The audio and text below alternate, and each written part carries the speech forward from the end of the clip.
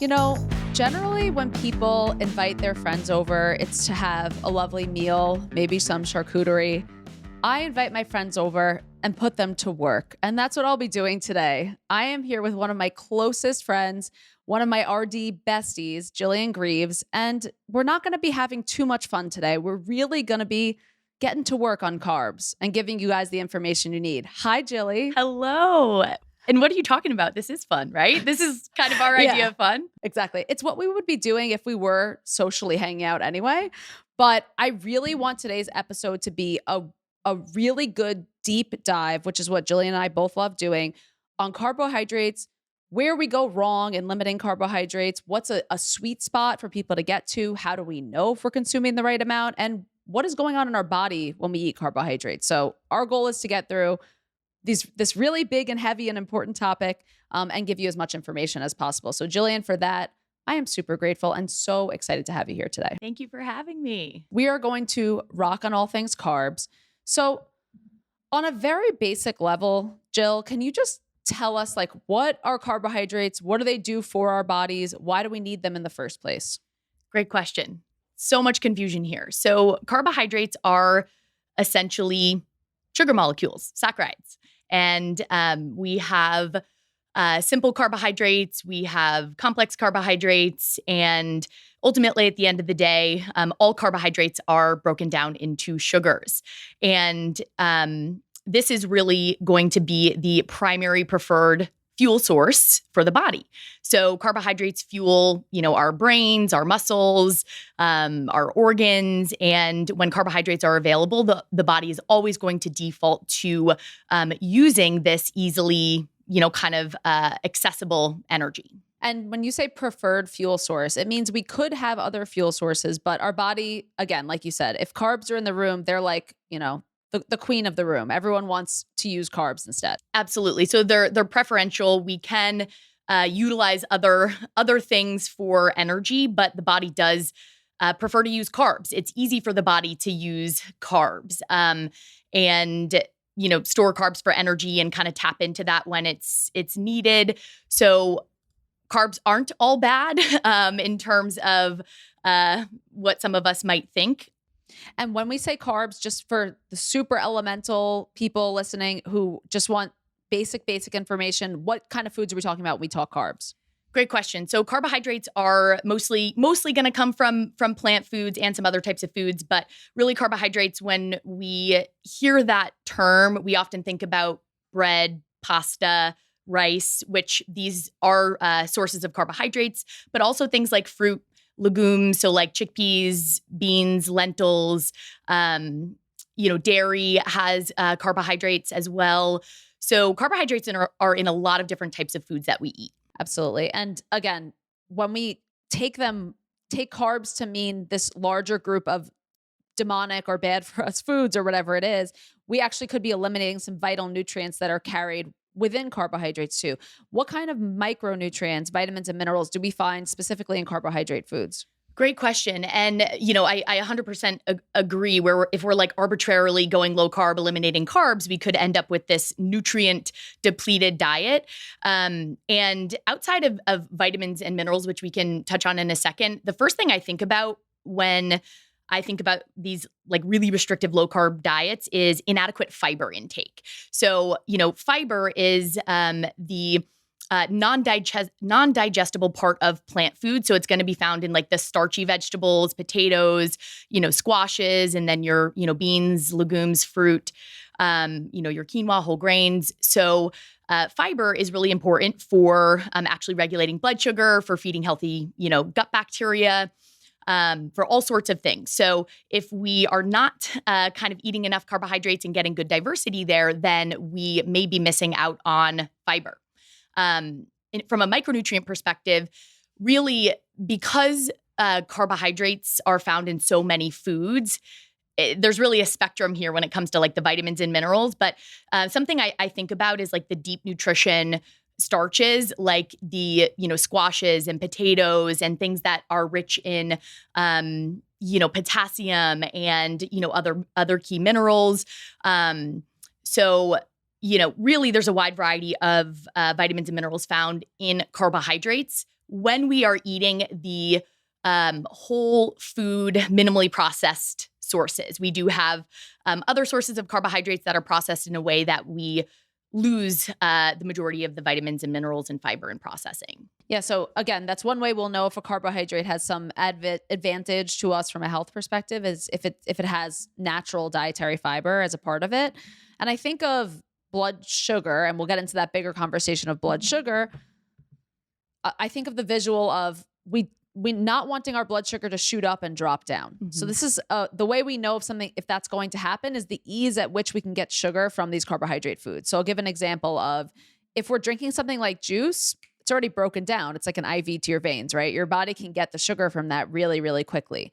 If you had something like an apple instead of apple juice, for your body to get to the sugary part, which we know is the inside underneath the skin, it has to break down the skin. It takes time for it to do that.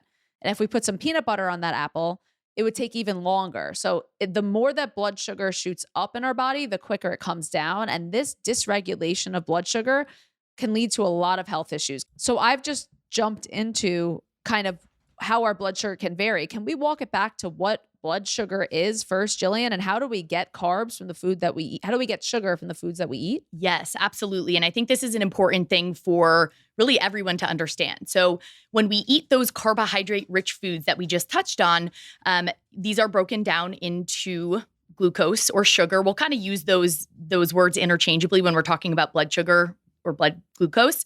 So carbohydrates are broken down into glucose or sugar. And basically, this is what causes blood sugar to rise. So blood sugar goes up after eating a meal containing carbohydrate foods. When the body senses this rise or increase in blood sugar, it starts to pump out a hormone called insulin.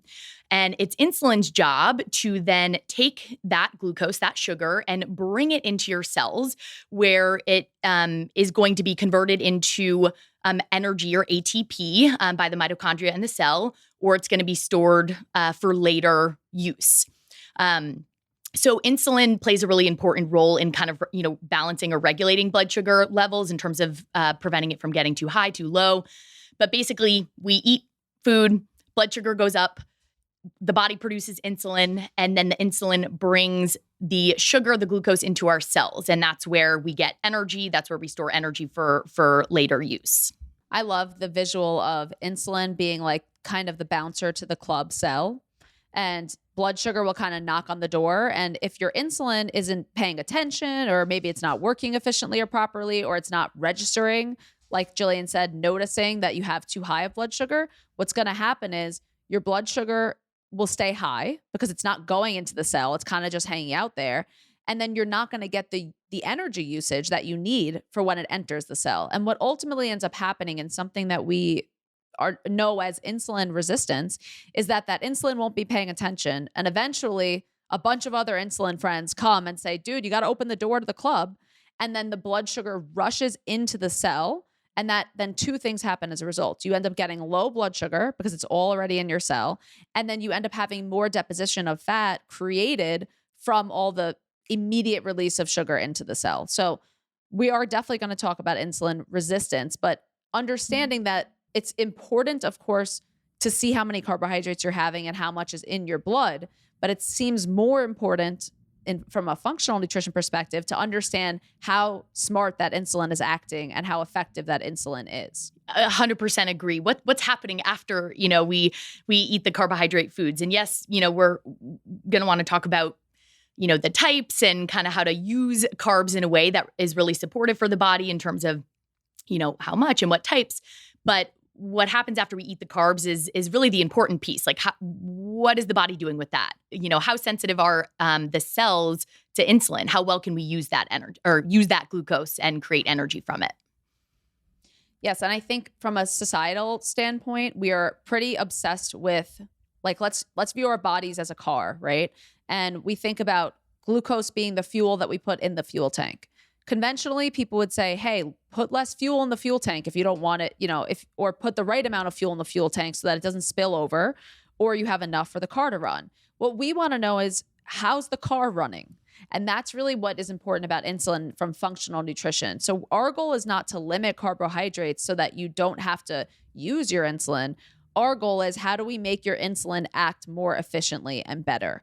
And that's really, again, the functional perspective is looking at the root cause of it and looking at insulin sensitivity. And just terminology wise, insulin sensitivity, you want more of it, and insulin resistance, you want less of it. Resistance meaning the insulin is not responding. Insulin sensitivity meaning it's super responsive. It's an HSP insulin.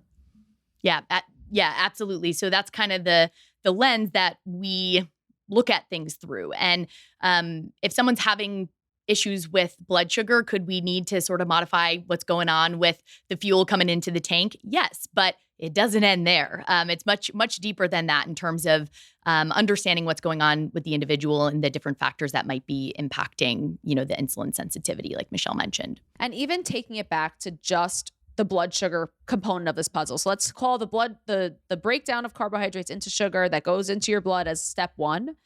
Tell me, what are the issues people might have with either high or low blood sugar? What happens, what health issues or symptoms might come up for people as a result of erratic or too high or too low blood sugar? Great question. And I think there's sort of two parts to this, and that if we experience kind of, a one-off high blood sugar or one-off low blood sugar, we'll experience immediate symptoms.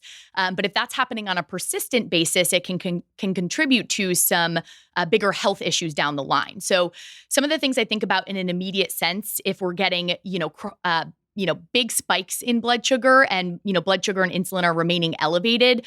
I don't know about you, Michelle, but the first thing I think about is like fatigue, particularly after meals. So we ate all this food, we have, all this blood sugar and insulin floating around in the bloodstream, and it's not getting into the cell, right? So we're not, converting, into that ATP and getting energy for the body. So often there's fatigue after meals. There's, strong sugar, carbohydrate cravings. If we're in a low blood sugar place or we're experiencing big blood sugar crashes, I would say some of the biggest things I see are, irritability, anxiety. So a lot of mood related, nervous system related symptoms in a very immediate sense. No, that's super helpful. Yeah. And we'll talk about what the long-term effects are. I just wanted to comment on the short term too. The reason why you might feel that way with high blood sugar and that lethargy and not feeling good is because you might actually be having symptoms of not having easy to use carbohydrates for your cells and for energy, right? You're tired because all of your sugar is stuck in your blood and you're not able to use it for energy. So that's why you're actually feeling exhausted, because you're not getting the energy from that. So often one of the diagnostic parameters signs or symptoms that people notice in diabetes is actually weight loss in the beginning, when people's blood sugar starts to skyrocket, because you're not actually putting that sugar anywhere. It's just hanging out in your blood, which will cause, and we can talk about long-term issues if you do have too much hanging in your blood. From a low blood sugar perspective, we get that hanger kind of sensation because your body's preservation system gets kicked on and thinks, oh, we're going to starve and die if I don't get some sugar immediately. So the symptoms of low blood sugar are there's a cascade after you feel those symptoms of what's going on from a biological and hormonal perspective too, as your body tries to desperately get you sugar from somewhere else in the body. Can we talk about that before we talk about the long-term effects of high or low blood sugar? In terms of the low blood sugar? What happens when we have low blood sugar? Yeah. So, and one thing I want to mention too, which you kind of indirectly pointed out, Michelle, is that you can experience both, and most people do, right? They coexist together in terms of these big swings with blood sugar, high blood sugar, low blood sugar. I think high blood sugar gets a lot more attention.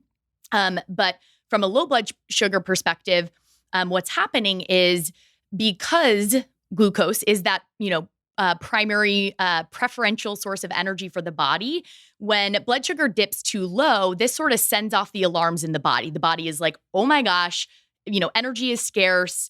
How am I going to keep all these systems, functioning and operating? So blood sugar dips low, and that causes the body to mobilize or produce cortisol. If you're not familiar with cortisol, it's one of our primary stress hormones, and produced from the adrenal glands.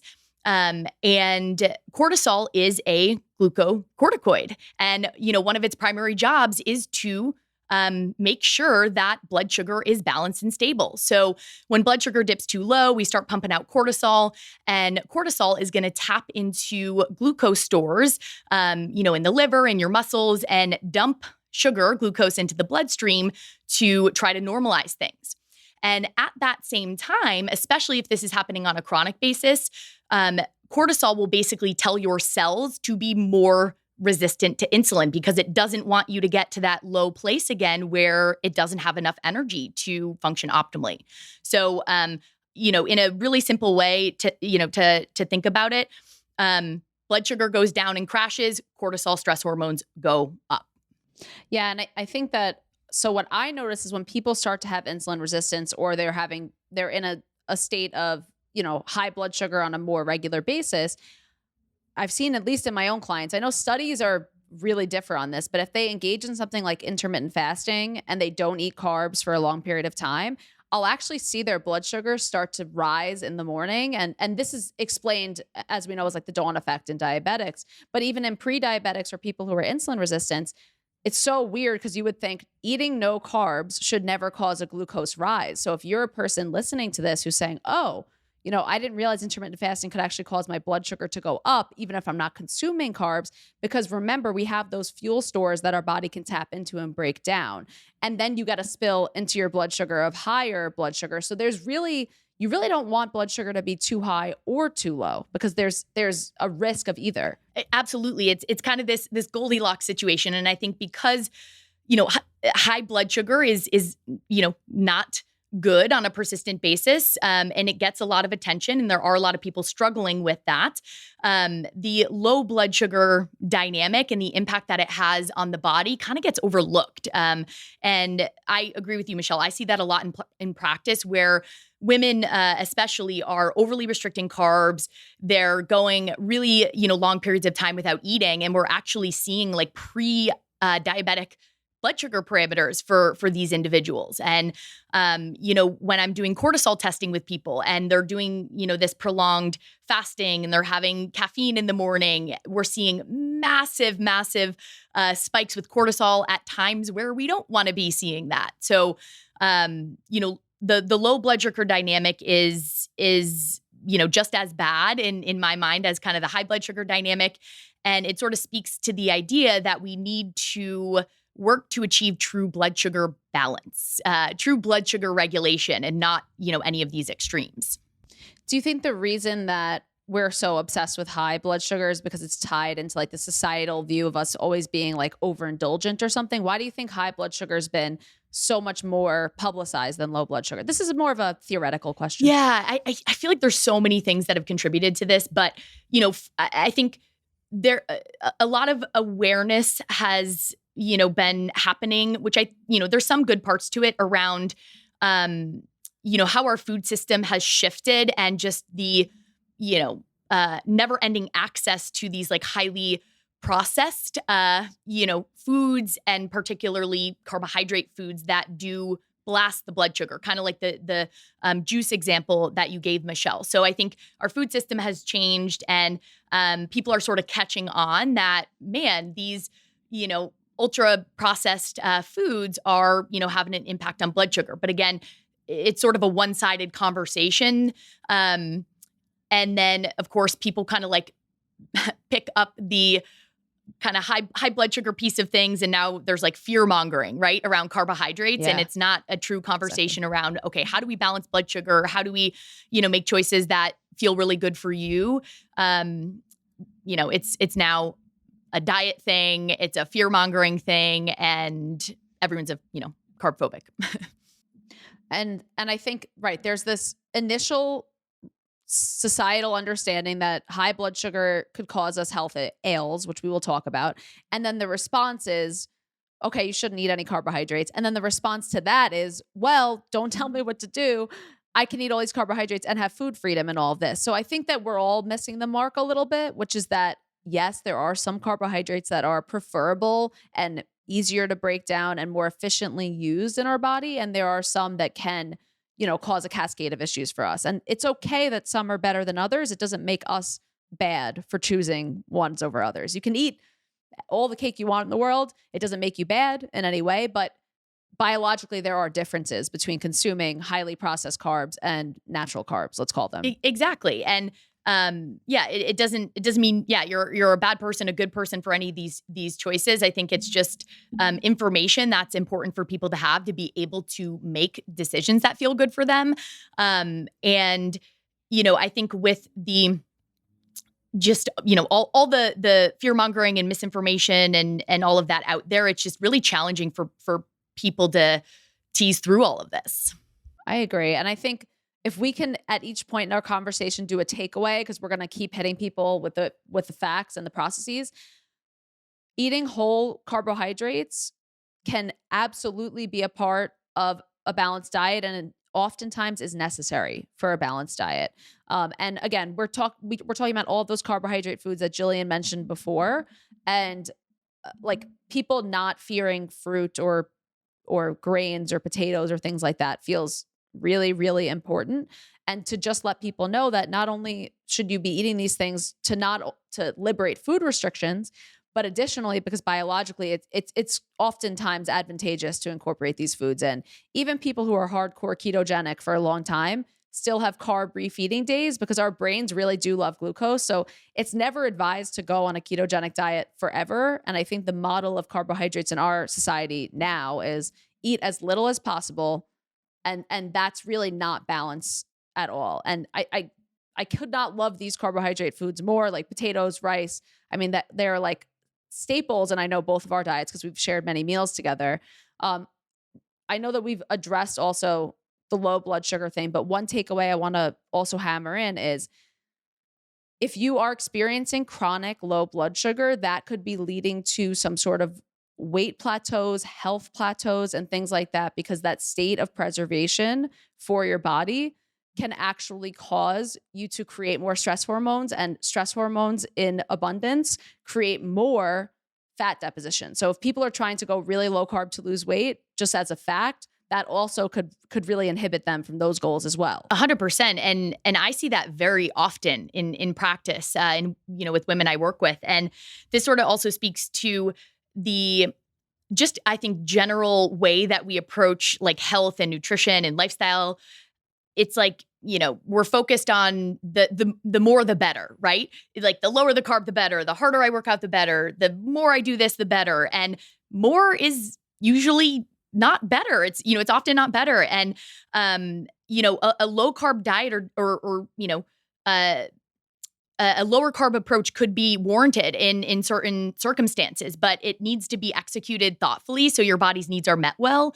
And, sometimes these are more short-term therapeutic interventions, and we don't want to just like deprive the body endlessly and put it in that chronic stress response. Our modern world is full of stressors as it is, and stressors like, a low carb diet or, a caloric deficit or, fasting. These things are only healthy and beneficial and adaptive when the body is in a place of homeostasis and you're kind of kicking it out temporarily and then bringing it back in.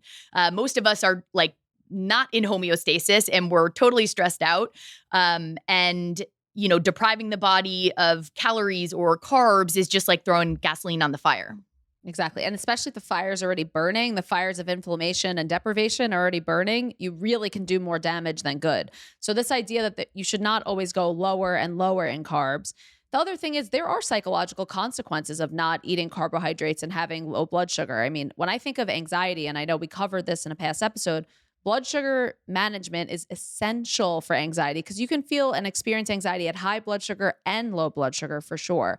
And I think that for people who are, like you said, outputting cortisol already, diminishing the carbohydrates they eat, it might work in a lab for specific people, but for people in our modern world, it's really hard to keep up with the stress demands without those carbohydrates. So it's completely essential. One thing I want to go back to is, what is the risk of having constantly elevated blood sugar? Why are we so afraid to develop blood sugar issues? What's the deal with that? Yeah. So when it comes to elevated blood sugar and elevated, insulin, kind of, speaking to both of those things, if we are chronically, repeatedly, pumping out a lot of insulin and there's a lot of blood sugar circulating, this puts the body in an inflammatory state. So too much insulin, too much blood sugar chronically, it is pro-inflammatory. And we have a lot of data to support that. And not to like oversimplify something complex, but chronic inflammation is pretty much at the root of every chronic disease in our world. So if we are driving inflammation, it's going to impact absolutely every health condition, every system and organ in the body. So that's what I think about, as the biggest thing or the biggest problem when it comes to, chronically high blood sugar. It's that, pro-inflammatory cycle we're contributing to. And there's actual like damage that can happen to like your vessels from blood sugar being high, as we know, like in diabetic neuropathy and these other conditions. So blood sugar being elevated could cause an inflammatory response that could then cascade into any number of diseases. So just having that blood sugar be high chronically is an issue for people. And I know this is something I want to mention too, which is that a lot of people who have restricted carbohydrates in the past do end up binging on the higher carb items, again, because we end up craving sugar and it feels like, something comes over us and we need to eat those foods too. So I think that from this conversation, I want everyone to understand we're not fearing high blood sugar or fearing low blood sugar. We're going to give solutions that can help to alter either. So it's not about restricting entire food groups. It's not about cutting things out. It's about applying this information in a usable way. Because I know there's certain people who do have such strict carb fears, and I want to just let you know, hey, And to piggyback off of that, I will say most women I work with in practice, I am increasing their carbohydrate intake, and it has a profound impact on how they feel in an immediate sense with mood, energy, digestion, sleep, cognition. So, so many things in an immediate sense. So definitely not trying to cause fear around the high blood sugar at all. And blood sugar is supposed to rise after we eat. That's a very normal, healthy process. We don't want, we're not trying to achieve flatlined blood sugar. That doesn't make sense. That's not a thing. So we do want rises and declines with blood sugar, but we want it to happen. We want slow rolling hills with the blood sugar after we eat. We don't want the big peaks and valleys. Exactly right. And I think that understanding what the impacts of high blood sugar are on our vessels and our body, and I think understanding the impacts of low blood pressure or low blood sugar are really, really important. Let's talk about insulin, that hormone who's going to influence how much, sugar we have in our blood.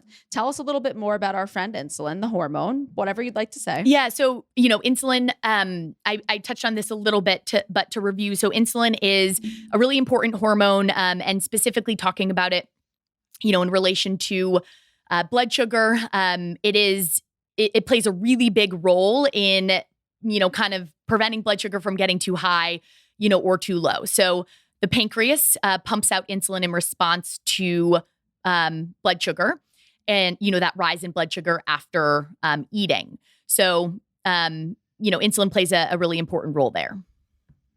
Yeah. And insulin has relationships with some other hormones. Can you tell us about the relationships and the friendships that insulin has? So blood sugar and the thyroid have a huge, very, very interconnected relationship. And like without going down a total rabbit hole here, blood sugar issues can cause thyroid issues. And thyroid issues can cause blood sugar issues.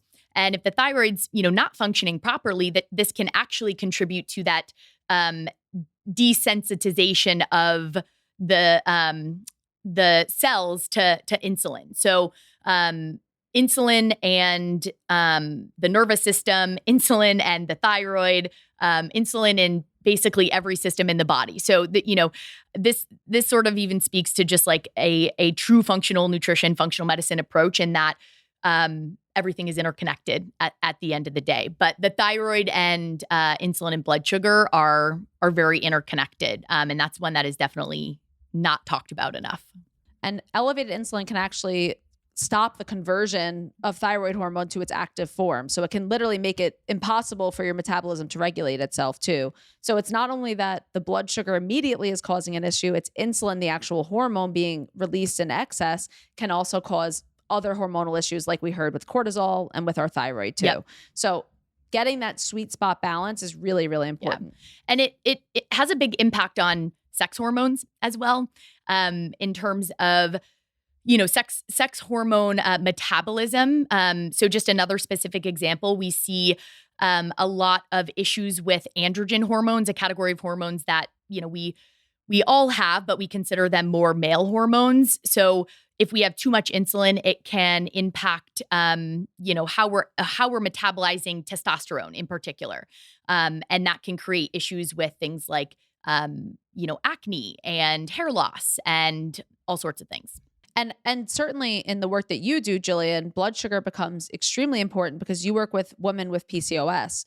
And that exact relationship between insulin and testosterone, like you just said, it could be a huge driver of symptoms for people. Is that something that you really work on with your clients too, is blood sugar? Yeah, absolutely. And particularly, with PCOS clients, this is huge because insulin resistance is very, very common. 70+% of women are suspected to have some degree of insulin resistance with PCOS. So, in that sense, if we are having issues with insulin and high insulin, it contributes to the issues with the androgen metabolism, like I mentioned. It also interferes with ovulation. It actually stimulates the theca cells on the ovaries to produce more testosterone, and then we're metabolizing testosterone into a even more potent form of an androgen that can contribute to some not so pleasant symptoms.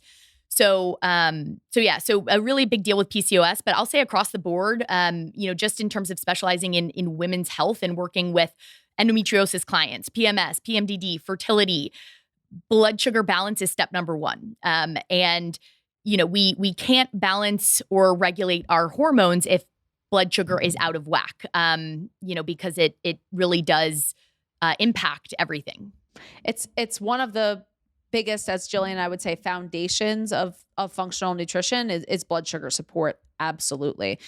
Speaking of functional nutrition and blood sugar and insulin, what do you feel like is the appropriate ranges that you want people to be seeing when they're looking at their fasting blood sugar and hemoglobin A1C? Do the functional ranges compare differently than the conventional ranges? They do. And I think that's a big problem. And before I even, kind of tell you a little bit about some of the differences there, something I want to highlight that I just think is so profound is that the CDC estimates that 1 in 3 U.S. adults are pre-diabetic, and 80% are unaware. And I kind of giggled when I said the CDC because sometimes these big organizations are a little behind on certain things, in my opinion, or they are underestimating things. So the 1 in 3 being pre-diabetic is probably an underestimate, in my opinion. And this kind of takes me into talking about the blood sugar parameters and why that might be. So conventional reference ranges for blood sugar labs are really wide, very, very wide. And newer research has identified kind of tighter ranges for blood sugar, fasting blood sugar, fasting insulin, and your hemoglobin A1C that Michelle mentioned, which is a kind of a measure of your average blood glucose over the last 3 months. So newer research has identified kind of tighter, more narrow ranges for what is considered optimal. And, even though we have this information, the reference ranges conventionally are very, very large. So a lot of times, people are having labs done and their blood sugar labs may be in a pre-diabetic range, but they are not getting flagged. And there are no interventions at that early stage where we have so much opportunity to reverse those dynamics, through food, through lifestyle. So that's a really big problem. And I actually see that often in my PCOS clients when, I might be working with a new client and they told me that, their doctor tested their blood sugar and said they didn't have any, issues with insulin resistance. And then, we review their labs and see that their fasting insulin is, 20 something. And newer research has identified that we really want to see that below 5. Ideally, I say below 7 is usually where I want to get people, but below 5 is considered optimal. So I think that's another big problem that, we aren't identifying things early, and people are getting to the point where there's a bigger issue, often requiring medication. And there's no issue with someone taking medication if that's what they feel is right for their bodies, what their doctor also feels is right for their bodies. But there is a very critical time frame when you're in a pre-diabetic state that by the time you're seeing insulin resistance and seeing pre-diabetes, you could have had some sort of blood sugar dysregulation for 10 years before. It could have been 20 years before. But once you get into that pre-diabetic state, I have seen it happen where things can the boulder can roll down the hill pretty quickly. So you have more opportunity early on for sure. I think prevention and treatment early on is essential. So knowing your numbers is really important. You gave us a beautiful parameter for fasting insulin, which is less than maybe 7 or really optimally less than 5. What do you use for fasting blood sugar or fasting glucose? Yeah. So for fasting glucose, I typically use the range of 70 to like 86. That would be my ideal for fasting. And there are some slight differences based on research and different things that people use. Some people say 70 to 90, 70 to 86. In terms of the A1C, I like to see clients A1C at 5.4 or below, like 4.6 to 5.4 typically for optimal health. Yeah. And it's funny because I actually have like a chronically low blood sugar issue or did formerly. So my goal was to get my hemoglobin A1C up, which doctors were like, why? Because my hemoglobin A1C was like a 4.2, which translates to an average glucose of like 70, which means that you could go as low as 40 or as high as 100 basically on average. So again, I was hugely symptomatic with that blood sugar level, and you would never hear a doctor telling anyone to raise their hemoglobin A1C, and I was fighting to get my blood sugar up. So there's definitely, again, there's a sweet spot for all of this. I would say like, again, for hemoglobin A1C, the parameters using like conventional medicine will be less than 5.6. I'd love to see it less than 5.4, like you said, Jillian. And I really wouldn't like to see it much lower than 4.8.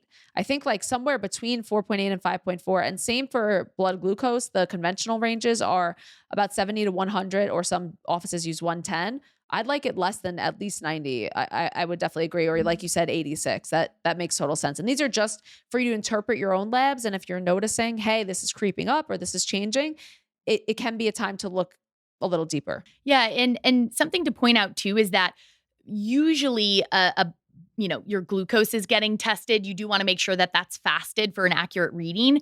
But often you have to ask or request, an A1C. And sometimes you have to fight a little bit for a fasting insulin I've found. But you can have, a normal fasting glucose, a normal A1C in terms of these optimal ranges that Michelle and I are talking about. And if we can get a fasting insulin, sometimes that can pick up on those earlier stages of insulin resistance. So, again, to Michelle's point, there is no shame in, medication at any point in any journey if that is the right choice for you. My big issue is, and I think you would agree, Michelle, like our big issue is that people aren't given all the information. They're not given all of the options to be able to choose and support themselves at the early stage, and to maybe be able to negate the need for medication. And I just think everyone deserves that option. And certainly, I think when we think of government guidelines or these big organization guidelines for food, our assumption is that they are correct and that people aren't doing them enough. That's actually not the case. People follow the guidelines pretty well, and especially they've done newer studies that show the actual diabetic diet by the American Diabetes Association was less effective at supporting insulin resistance, and this is no shock to Jillian or I, than a Mediterranean or, in one case, a paleo diet. But generally, the recommendations from these organizations are not super supportive for people and we're following them. So what upsets me the most is when people are doing everything they think is right and are told is right, and they're getting worse results. So I would like to give some tangible support for people on how to make their insulin more sensitive. How do they find their carb sweet spot? And I know Jillian's full of knowledge on this. So can we veer into that convo? Yeah. So I like to kind of break this up into nutrition strategies and then, non-nutrition strategies or lifestyle strategies for improving insulin sensitivity and, balancing blood sugar. So, first and foremost, on a basic level with nutrition, thinking about eating consistent meals. So, eating every 3-4 hours throughout the day to support stable blood sugar. If the pattern of eating is really erratic, this is going to, contribute to wonky blood sugar, both going long periods of time without eating and, if you're like a grazer and you're just kind of like picking grazing all day. So trying to create some structure there to support Can I ask your body? Yeah. I'm gonna throw us both a curveball because some studies do show that intermittent fasting does lower blood sugar in a favorable way for people who are experiencing high blood sugar. But from what we've anecdotally seen too, and seen in some other research, that's not always the case. Why is it the case that intermittent fasting is sometimes good for people and sometimes it's not good for people when it comes to their blood sugar? Yeah. So a lot of different factors at play here, but the way that I would boil it down is it's like the idea of hormesis, right? Where,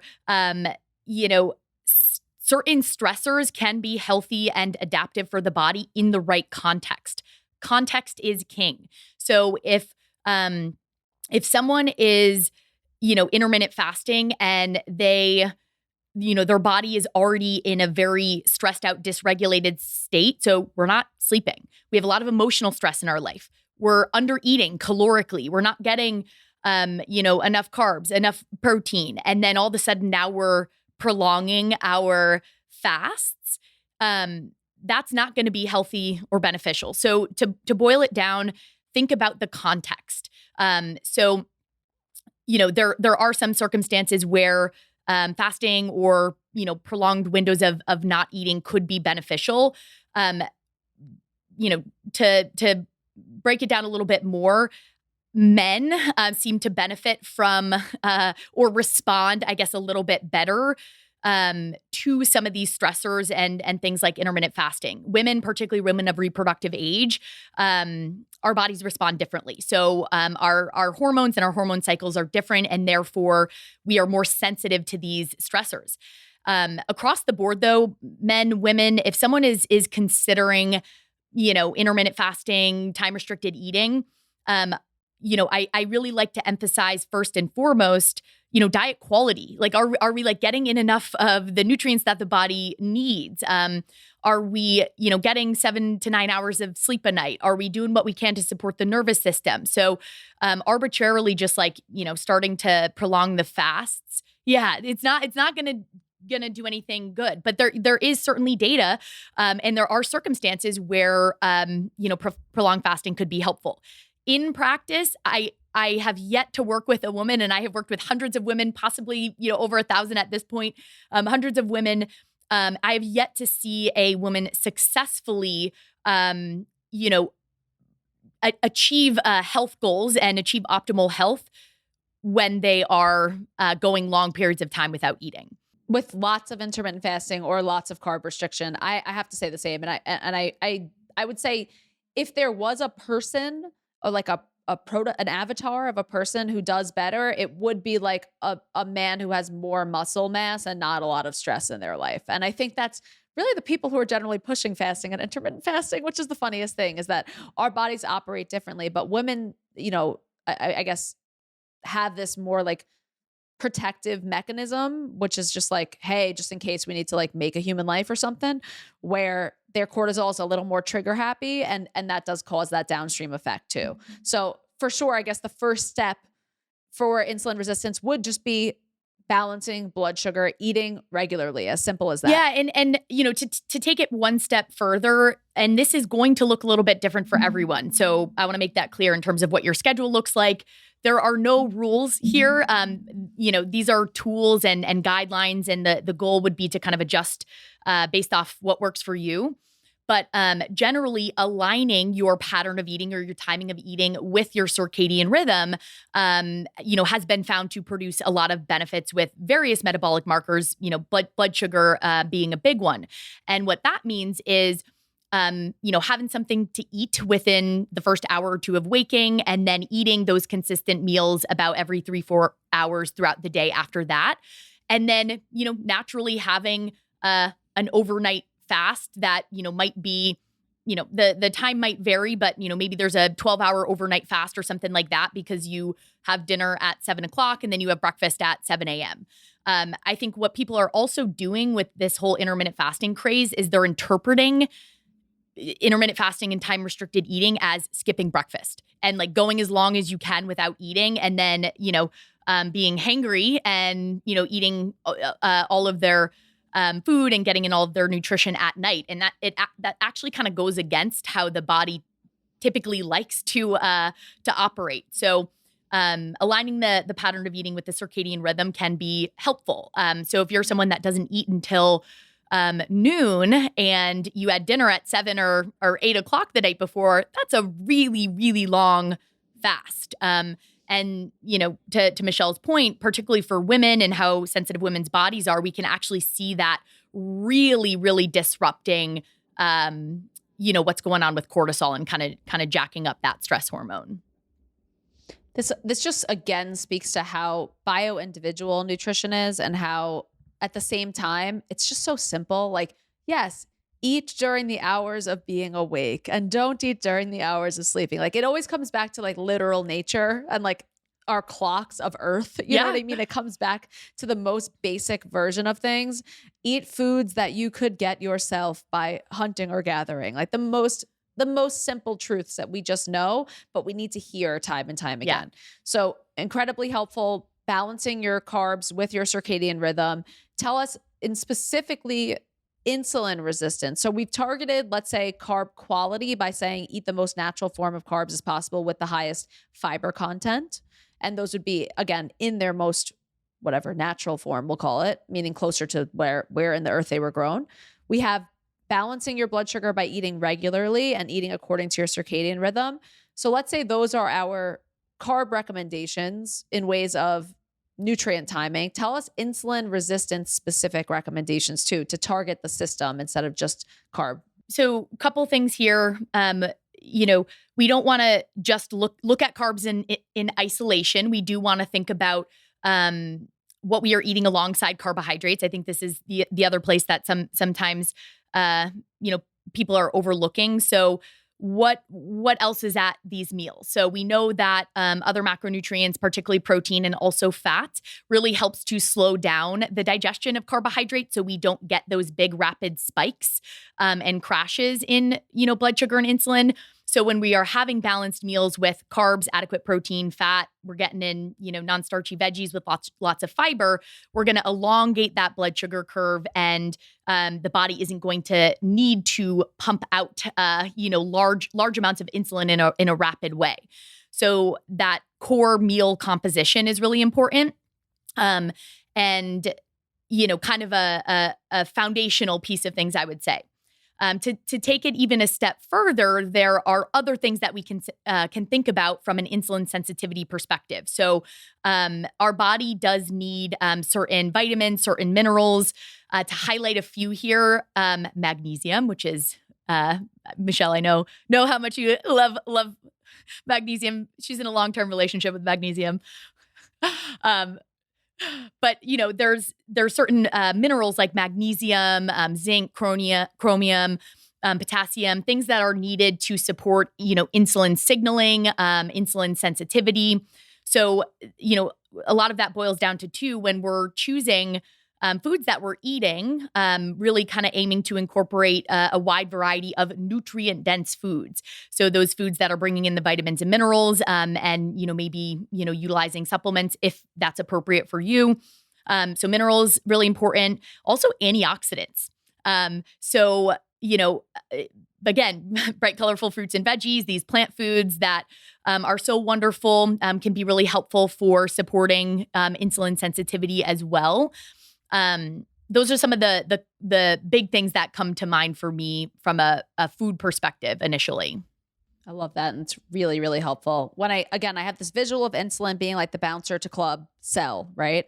And we think about the things that make insulin work less effectively and that will take him away from his job of letting the blood sugar into the cell.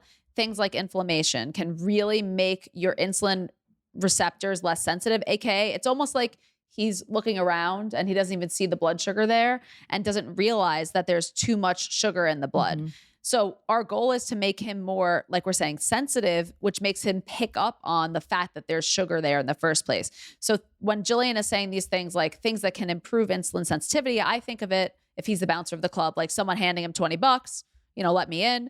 Like giving things that are anti-inflammatory or supportive can make insulin more effective. So this is something that I want to also reiterate, which is that insulin becomes more resistant when there's more inflammation present. So it can make those sensors less able to pick up on things. So anything that's anti-inflammatory can also help with insulin sensitivity, which is amazing. Do you use any, now this is not medical advice, do you use any specific, in addition to these incredible minerals and nutrients, do you use herbs in your practice to support insulin sensitivity too? I do, absolutely. And definitely, on a case-by-case basis, we'll, personalize those things. So always want to check with your provider. But magnesium is definitely a big one, and just minerals in general. So most people are going to benefit from some mineral support, due to stress, depleting minerals, poor soil quality. So bringing in some supplemental minerals can be helpful for a variety of reasons, but promoting insulin sensitivity is a big one. In practice, and definitely a lot with my PCOS clients, since there's a lot of data there on some of those things, I use different tools from a supplement perspective, things like inositols. Inositols are kind of like a cousin of the B vitamin, found in a variety of foods, but very important for insulin sensitivity and signaling. I use things like berberine, chromium, alpha lipoic acid, even things like probiotics, and, essential fatty acids. So like your really good quality fish oil or cod liver oil. These things have been found to, help promote insulin sensitivity as well. And when I mention probiotics too, without again, going down like a rabbit hole here, which we could totally do, the bacteria in our gut actually play a role in, regulating, immune function and inflammation. So if there's some issues going on in the gut, that could be a driver of, insulin resistance. So the probiotics can be helpful. Cinnamon is another one, which you can incorporate, of course, through food. But I was actually reading an interesting study recently in PCOS that found that encapsulated cinnamon was as effective at promoting insulin sensitivity as a medication called metformin. Metformin. Yeah, I love that study too. And I have to say, I found one of my clients, we were using cinnamon on recently, and he wasn't comfortable using other interventions yet, it was very early in our work. And just cinnamon alone lowered his fasting sugars from 179 to 120 within 2 weeks. It was really unbelievable. And again, this is case by case. You will not get these results. This is not medical advice by any means, but it's really powerful how any one of these interventions can support. And then, I think, again, the way that we in Western society view health is oh, I'll take all of these things and lower blood sugar, and then my blood sugar good. It has to be much more about balance. It has to be much more about incorporating strategies to target the sensitivity of your insulin than just to bring down your blood sugar. So it's all about, how do you make your body a less inflamed place? How do you make your body a place that feels safer? And then blood sugar can act, in a much more efficient way. So that was incredibly helpful. Again, Jillian, I told you this wasn't going to be fun. We were going to really, get to work on this podcast. Is there anything else you feel is really important when we're talking about blood sugar or insulin that we want to include before a couple just lifestyle strategies to really quickly touch on, because I think, food is so important and fundamental and impactful when it comes to blood sugar and insulin resistance, but the lifestyle pieces are just as important and often neglected. You could be eating in a way that is very blood sugar supportive for you. But if there's a lot of lifestyle things going on that are disturbing blood sugar, we could have some issues there. So the big things that come to mind for me are sleep. Even one night of poor sleep has been found to, impact fasting blood sugar, insulin levels. So if we're not getting enough sleep or good quality sleep, that can, be a big one. Stress, of course, emotional stress. We talked a little bit about the physical stressors in terms of, going too low carb or intermittent fasting, but, emotional stressors as well can disturb blood sugar and create more insulin resistance. Also exercise. And this is another Goldilocks situation where both too much and too little exercise has been found to, be not so great for blood sugar and insulin sensitivity. So, working on establishing just a well-rounded supportive movement routine. Also one that is flexible if, we need to kind of peel it back because there's, different stressors going on in life. And I just have to highlight that my absolute favorite form of exercise for promoting blood sugar balance is walking. It's unbelievable what it does for insulin. It's really unbelievable. Amazing. The studies are just unbelievable. And there was a recent study that came out. I'm sure you saw this, but I just think it's so profound that 2 to 5 minutes of walking after eating a meal, or even just breaking up sedentary time. So if we're sitting in a chair all day, maybe we're standing up and we're, taking some calls.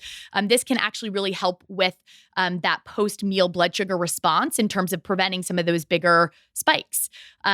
So if you're someone that eats lunch during the workday and you're like, oh my gosh, I'm like so tired afterwards, we can totally take a look at meal composition and see if there's supportive tweaks that we can make. But maybe you pop out for a 5-minute walk or 10-minute walk. If you only have a few minutes, you only need a few minutes. And, that might help promote that insulin sensitivity and that energy creation utilization. So then we feel better and blood sugar is more balanced. And I really would argue, based on your beautiful description of lifestyle strategies, that going hardcore keto and then really doing a tremendous amount of cardio and lifting a tremendous amount of weights that your body's not prepared for could absolutely be as damaging to your blood sugar as eating hyper-processed foods all the time. I could make an argument for that, and I know you can too. And I'm going to give you all something that I promised I wouldn't do. But if you made it this long in the episode, you deserve it. But what is considered a very low carbohydrate diet is less than 20 grams of carbohydrates a day, which is a ketogenic diet. What is considered a low carbohydrate diet is anything less than 130 grams of carbohydrates per day.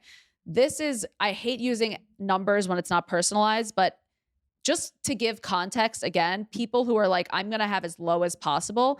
If you are eating less, between 20 and 130 grams and doing something that I would call lazy keto or something, where you're kind of going as low as possible, your body doesn't have enough fuel to signal that it has enough carbs there. It doesn't have enough carbs for fuel. And it also doesn't have too little carbs to signal to use fat for fuel. So you end up just not having adequate fuel sources at all. So the worst place to kind of be in my head is between that 20 and 130, which is funny because oftentimes we think again, lower is better. First of all, if you're going to do keto, you have to stay below that because then your body will just continue using carbs because it loves carbs, remember? So if you're between 20 and 130, that's a spot you actually probably don't want to be in because your body doesn't know what the heck to use and it doesn't have enough to use of either. Yeah. And oftentimes in those cases too, when people are in that range, kind of, trying to really hammer in the low carb, we see them doing the HIIT training and the cardio and then getting mad or angry at their body when they're not, building muscle and seeing, the aesthetic changes they want, when it's that is on the very low down on the totem pole of priorities for your body in terms of building lean muscle or hair and, skin and nails and all of these things. If resources are scarce, the body has much more important, kind of priorities. And, for women of reproductive age, 150 and above is my guideline there in terms of if we're dipping below that, we are, putting the body in that place of scarcity, which is not good. And we have to just know where your body's at. Again, if you're like a super muscular person who's extremely healthy and fit and has no stress in your life, and you feel great when you do intermittent fasting and you're checking your blood sugar and you're checking your inflammatory status and all these things, we don't care. Eat whatever you want. That sounds great. But for most people, this idea of lowering carbs puts them into a real disadvantage. And again, then you have that psychological component, which is that we restrict carbs that are awesome for us, and we end up eating carbs that aren't as awesome for us as a result. So we stop eating potatoes, so then we have to eat cake because our body's going to get those carbs somehow. Jillian, thank you so much for coming on this episode and just being an amazing teacher. Please tell people how they can work with you and find you. I mean, I need to explain something also, and I should have said this at the beginning of the episode. Jillian is my favorite person to go to with any health question or concern. You are my number one go-to because you are literally the smartest dietitian I know and one of the smartest practitioners I've ever met in my life. So I could not recommend, please go to Jillian's page. It would be silly for you not to. Jillian, how can people find you, work with you? Tell me. Oh my gosh, you're making me blush over here. And it was so much fun to be on here. I could literally talk about this with you for days on end. But, in terms of where people can find me, I have a website, JillianGreaves.com. And you can also find me over on Instagram at Jillian Greaves RD, where you will hear me talking about all things blood sugar and, building on this conversation. And I actually do have a free blood sugar guide that you can access on my website that kind of breaks some of this down and outlines blood sugar parameters as a resource for anyone that would find that helpful. Yay. Okay, please go get that resource. Jillian, thank you so much. Thank you.